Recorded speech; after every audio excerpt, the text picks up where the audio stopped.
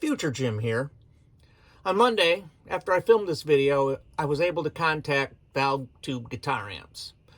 I asked how this jumper was supposed to work, as I realized just switching the tube off was not all that would be needed for it to work properly.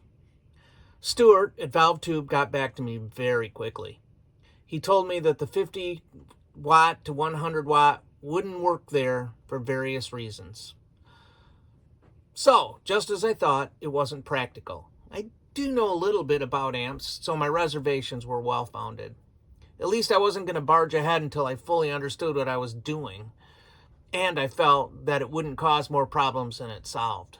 So, I went back in and removed the long jumpers that you see me make in this video and put back in the short ones that came with the board. Less wire means less chance to pick up stray noise in the environment. I have to say, ValveTube guitar amps make a great product and have excellent customer service too. It is good to find a company like this. It's such a pleasure to work with that I can recommend others without reservation. On to fixing the amp. Hi everybody. It's time to put the JCM2000 dual super lead on the bench and start taking it apart. First of all, we need to be safe. Let's discharge the caps so nobody gets shocked. Just took them up to the caps like that, and it'll discharge in a few seconds.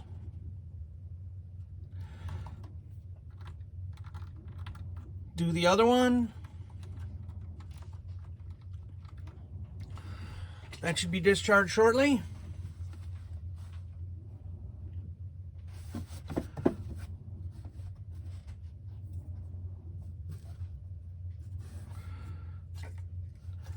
Okay, now the amp is safer to work on. We can start disassembling it. Now there are other caps in here that may be charged up, so we still have to be careful. But these are the main filter caps, and those are the ones we're worried about. The next thing we need to do is get this upper board out so we can get to this lower board.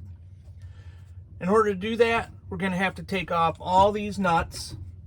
And I have a container here to put them in so we don't lose them. But before we actually take this apart, we got to take some precautions. It's important to remember where each one of these connectors go, because if you don't get them back on right, the amp won't work. How do I know that? I know that. I've made that mistake before. I don't know if you can see it, but on each one of these connectors, I have already put marks, so I know where they're going to go. Also, I'll take a picture of all of this, so in case I forget or wonder later, I can come back and put it back to the way that's in the picture. So I'll work on taking that apart off camera, and we'll come back when I'm done. All right, I have this board out. I have all these marked. I put blue flags on each one of these so I know they go to the top board. Plus I have marked the connectors so I know where they fit on this board, so I can put it back together when I'm done. While you have this board out, it always helps to check things. Come back here, clean off the back, make sure that there's no loose connections, check and make sure that none of the solder joints have gotten cold. It still looks really good. I don't think I'm going to touch that. Next, we have to remove the main tube board. This is what we're going to replace. This is a little trickier.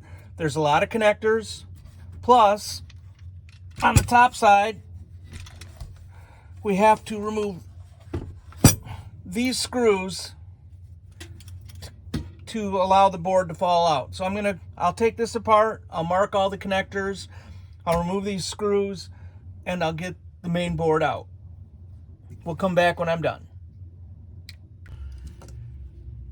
It always pays to look at what's gonna happen. This is a replacement board, so I examined this very carefully the other day to see what I was up against replacing this board. These boards are not built exactly the same. It's not a Marshall board. The connectors have moved around a bit on this board, so it is very important to label your connectors as to which one of these places it goes. The connectors are labeled on the board, So I labeled the same connectors on the wires themselves. So once I put this in, I know where they go here. I can't mark it on the connectors like I did the other one with a Sharpie, because I'm not putting it back into the same board. So that won't work. I have to do it this way. Always look in advance as to what you're doing so that you don't put yourself in a situation where you don't know how to put something back together. There's a lot of connectors on this amp, and you get one wrong, you're done. Another difference between the replacement board and the original is this replacement board has the filter caps right on the board, whereas right here the filter caps are down in here and there's wires running to the board. So I've got to unsolder these wires going to the filter caps. I'm unsure whether I'll just leave the caps in or eventually pull them out. It doesn't really matter. I'll probably just leave them in so it looks nice, but they have to be unsoldered for me to fully remove the board. There we go. I fully have the old board out. As part of the process, these standoffs that from Marshall, the originals, need to be moved over to the new board. It's part of the directions. I've read the directions so that I'm prepared for this. So I'll have to remove all of these, put them on this board. This board, I also need to remove these coverings over the tube sockets that are wide open here. So there's a little preparation work to do to take this board and move it over into here. In a minute, we'll take a look and see what the difference is between these two boards. They're substantially different, and I really like some of the changes that this new board has over Marshall's original. In my previous video, I mentioned that I like this new board a lot better than the old board because they used higher quality caps, but that's not all they did. They used much higher quality components in general. If you look, see these little tiny resistors? Those are probably 1/4 watt, maybe 1/2 watt. Look at these resistors, much beefier. These are at least 1/2 watt all the way through. So it's just a better built board all the way around. All of their high current, heavy resistors are all mounted on standoffs from the board so they don't transfer heat to the board. Just a much better built board than this one. The other thing is they added here, they allow you to put switches in the amp so that you can turn it from a 50 watt to 100 watt and back and forth. The owner of this amp asked me to use these, so I'll have to remove these at some point, install a switch somewhere so that these can function as 50 watt, 100 watt switches.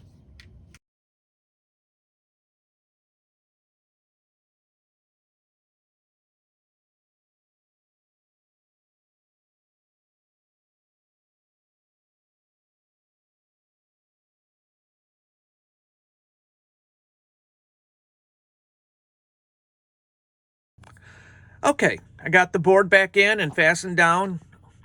All the correct connectors by these flags that I put in are in.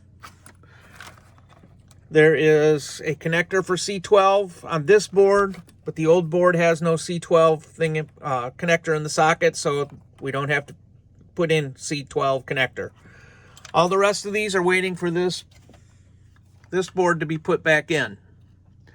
But if I'm going to install the switch for the 5100 amp modification, I need to replace these with longer wires and correct connectors. I don't have any of the little connectors that will fit in there right now, and I'd rather do it right and get it done properly the first time than have to come back and fix the amp again later.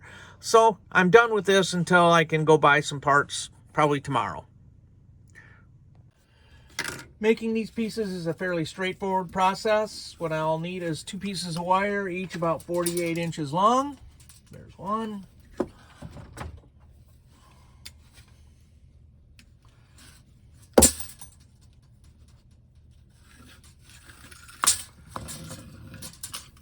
And there's 2.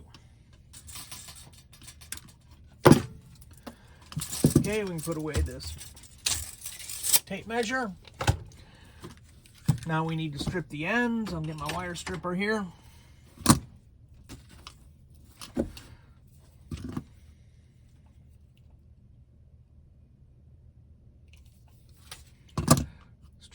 the end so that I can put the pieces on there and crimp them. These are just simple crimp connectors.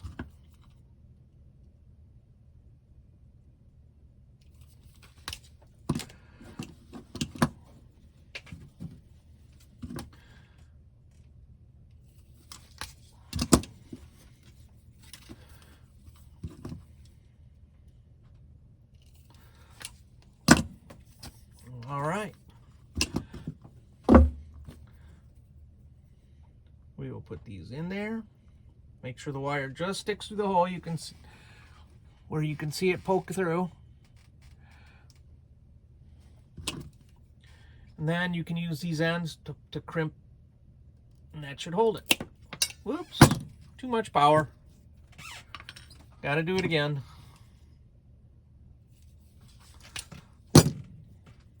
Luckily I have extras.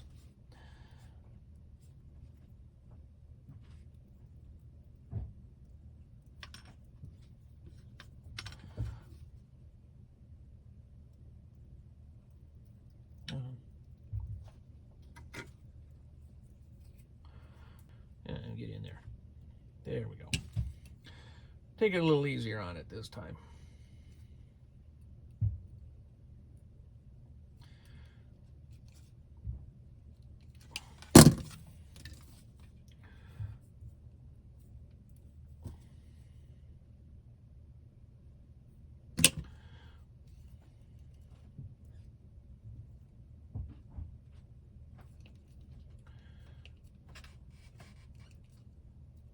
There's one.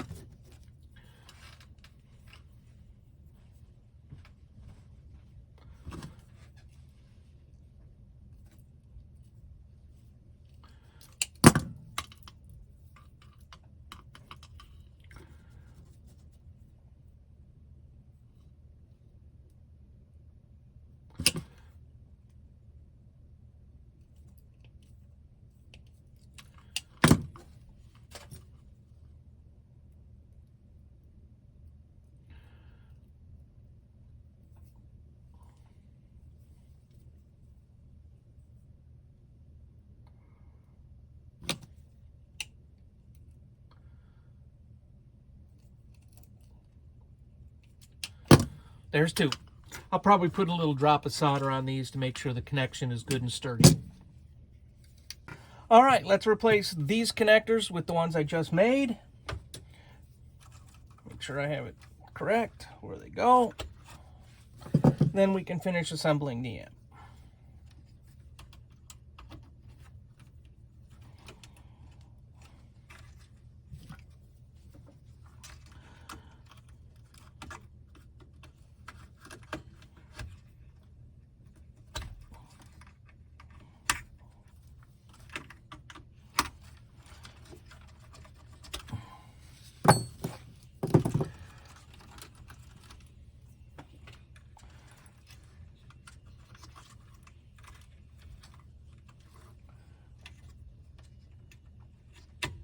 Perfect. Now we're ready to put this board back in.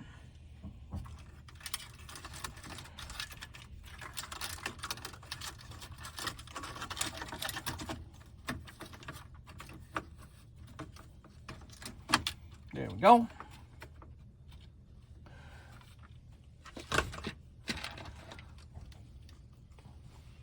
Put a couple nuts on there to hold the board steady while I do this.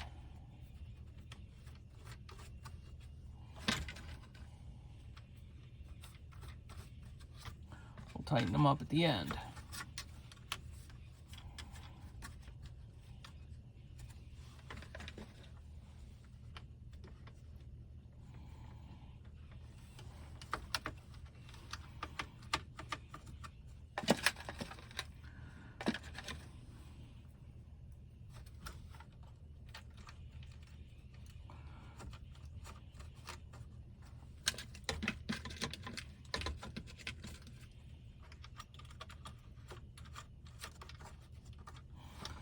Okay, hook up the connectors.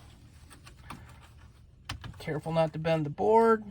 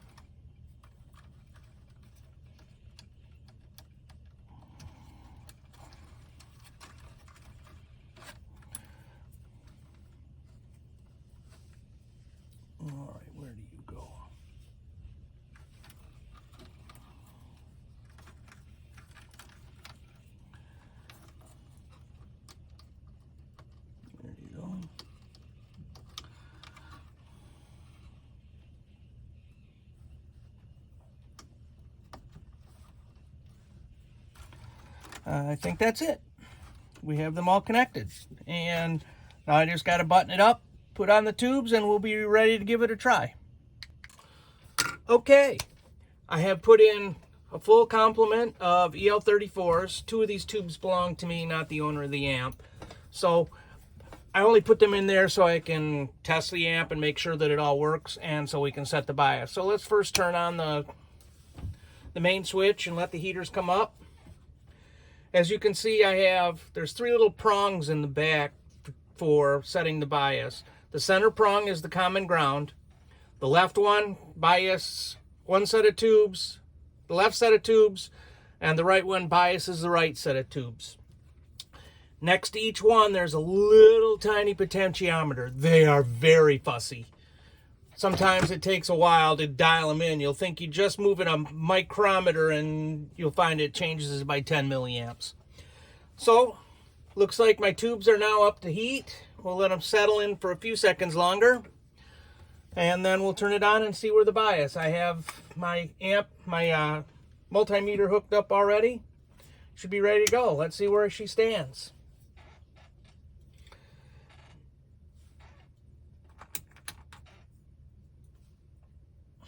We have none. That's not a situation I like. Did not have... Oh, I turned it off. Let's try that again. That's what happens when you don't look at the switches.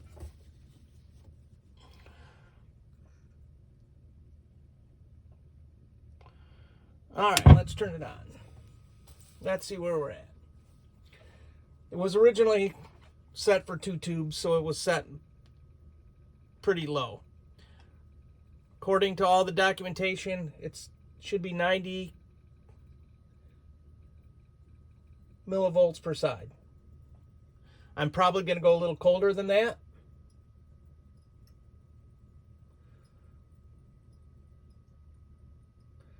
I'm thinking I'll start it out at about 75 and see where that takes us.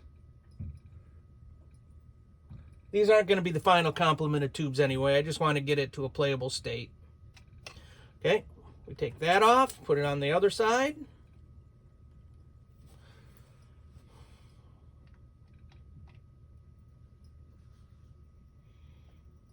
Take her up to somewhere around 80.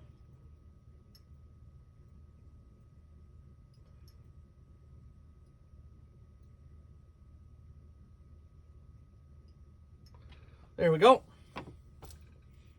80 on that side. See if that left us about 80 here. 74. Let's adjust that a little further.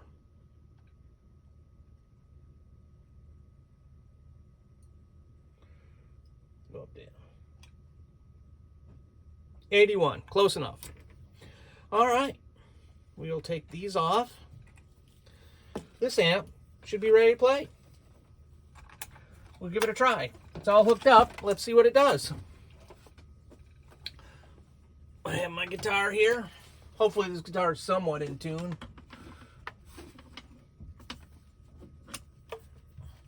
I think the volume's all the way down, so I'm going to have to go check the volume.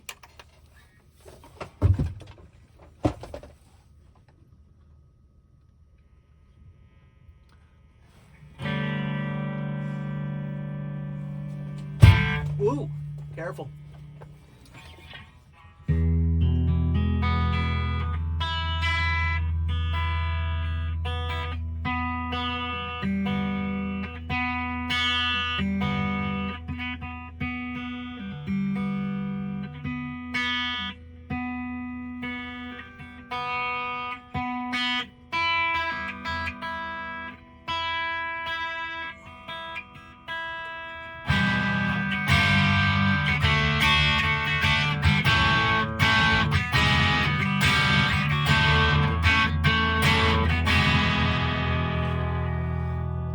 Not the most in-tune guitar I've ever had, but it does seem to be playing. It's also P90s in a very noisy environment, so there is some hum.